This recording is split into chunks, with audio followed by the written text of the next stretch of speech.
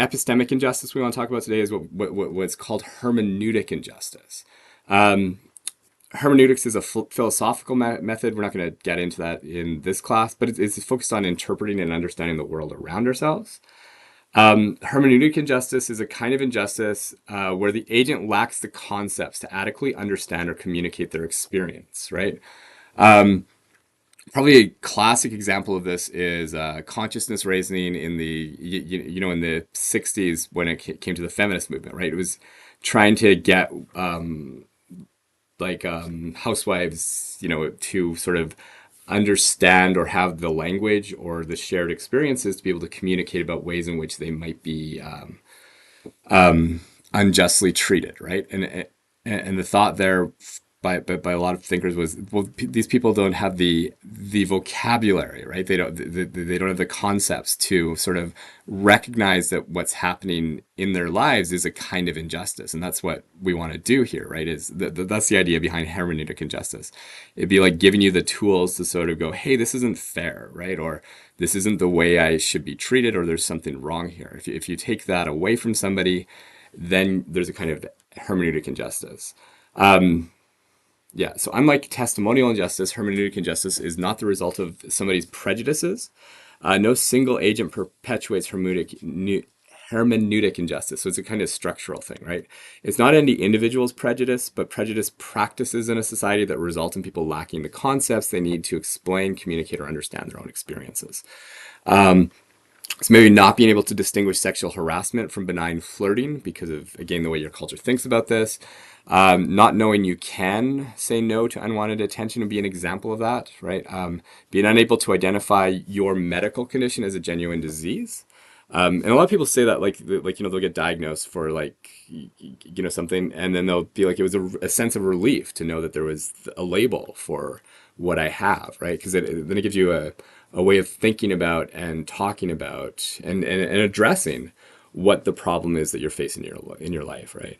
Or being able to say, to not being able to see members of certain races or genders qualified to be members of certain professions, that again would be a kind of hermeneutic injustice.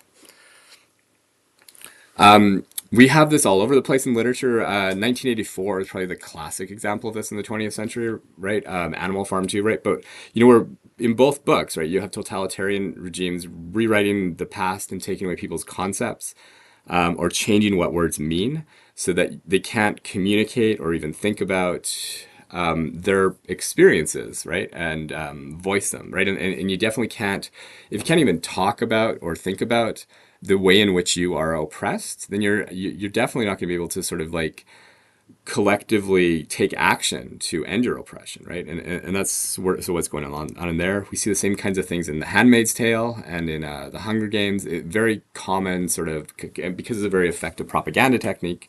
It's all over the place in both the history of totalitarian regimes and the literature of around these kind of things, right?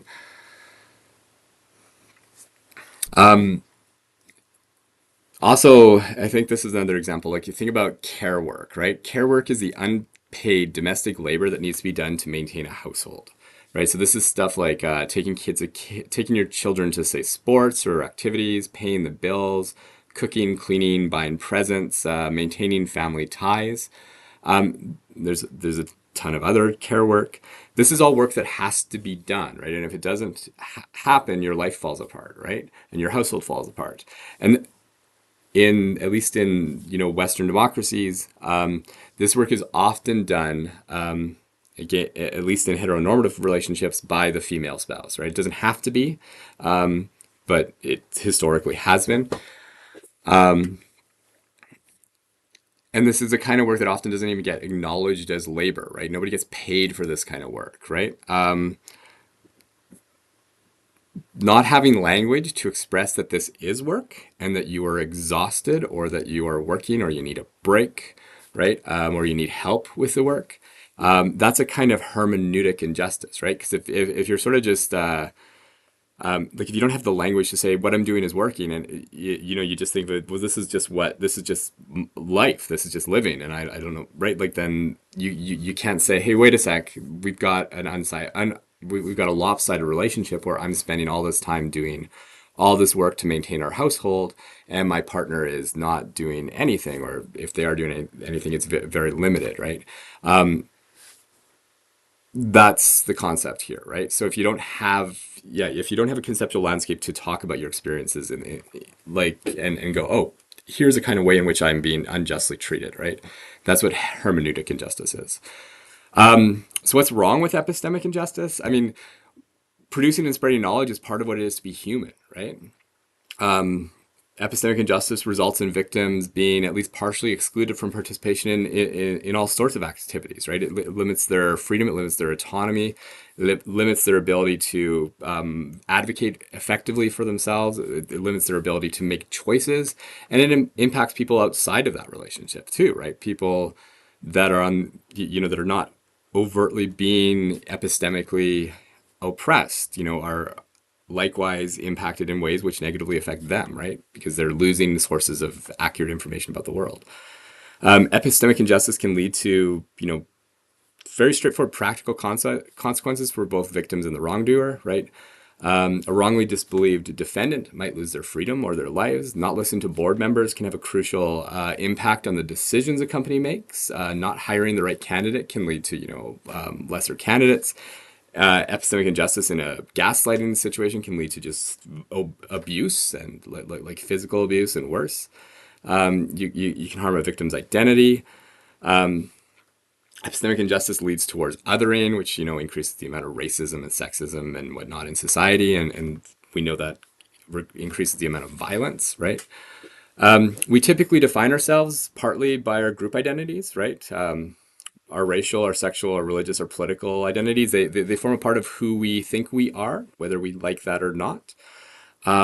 We construct this part of our identity largely by communicating it with others or using the available conceptual resources that we have, right?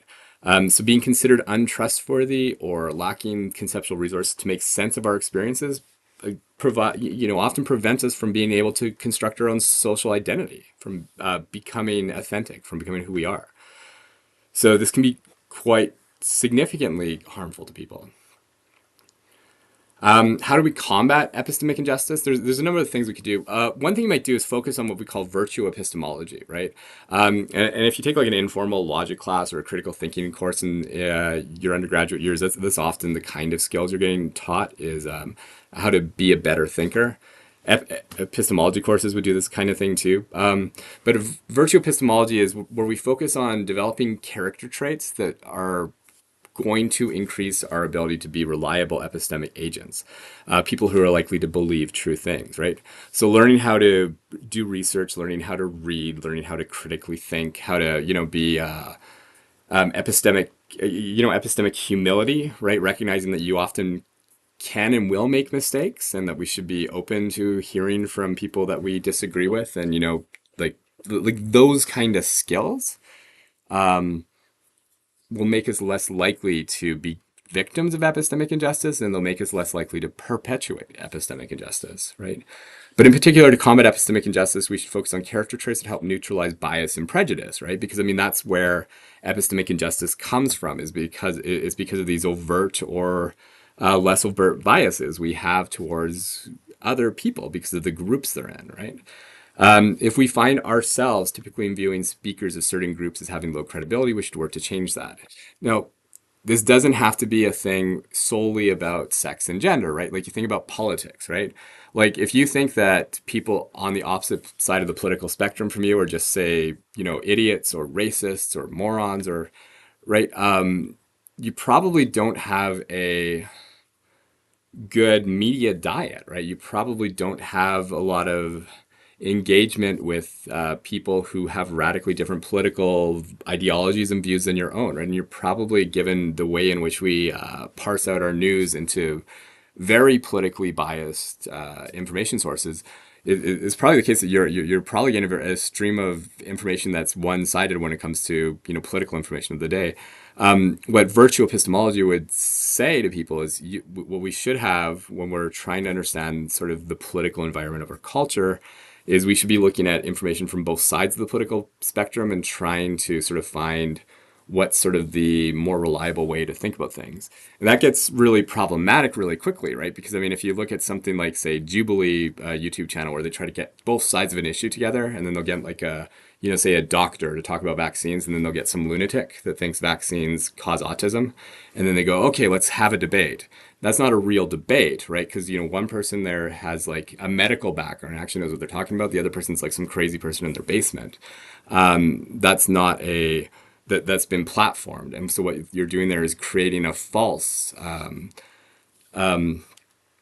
conflict about what the truth is around an issue, right? And so it makes an issue seem like there's a legitimate scientific debate or medical debate about the reliability of vaccines, or whether or not vaccines cause autism or something like that, where there's not, right? But what you do there is you're platforming somebody that shouldn't be platformed. That's not what I'm saying. What I'm saying is, if we want to sort of like one virtue epistemology skill is making sure that you have access to a robust set of information from different perspectives about the issue you're talking about, right? Especially reliable sources. And so when it comes to our politics, we want to make sure that we're getting sources that would vote radically differently than we do, because we want to understand where they're coming from, right? When it comes to vaccine science, as an example, you should know what medical people think. And you should know what people that have no backgrounds in medicine think at all, right? It would be a mistake, though, to sort of platform somebody that, say, thinks vaccines cause autism, and then put them on par with, as if they like compete in the same sort of way as an expert when it comes to medical science around vaccines.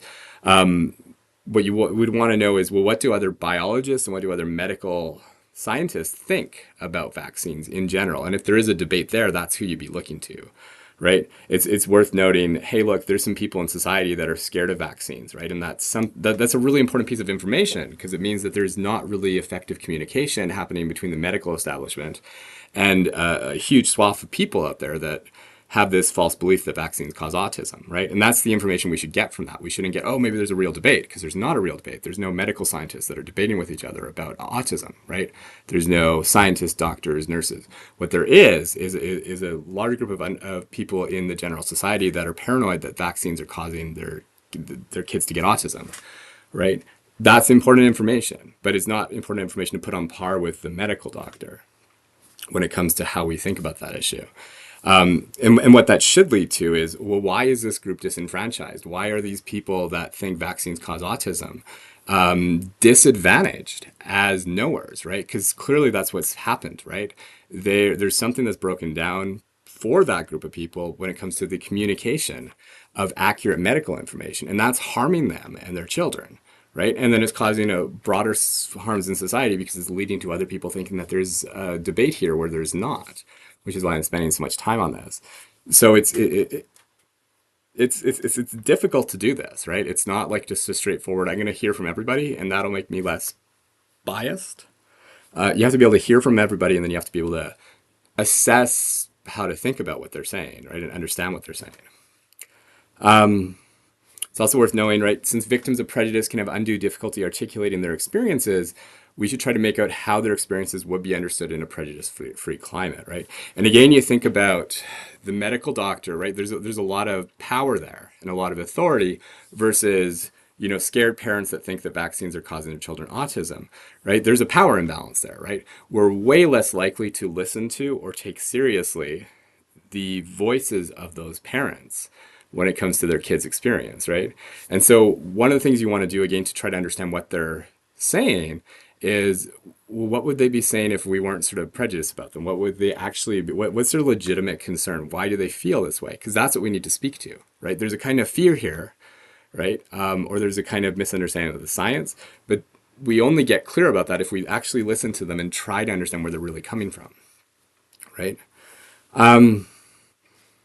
Other kinds of examples would be that, where, like, if we live in a society where we're likely to discriminate against, say the trans community or something like that, right?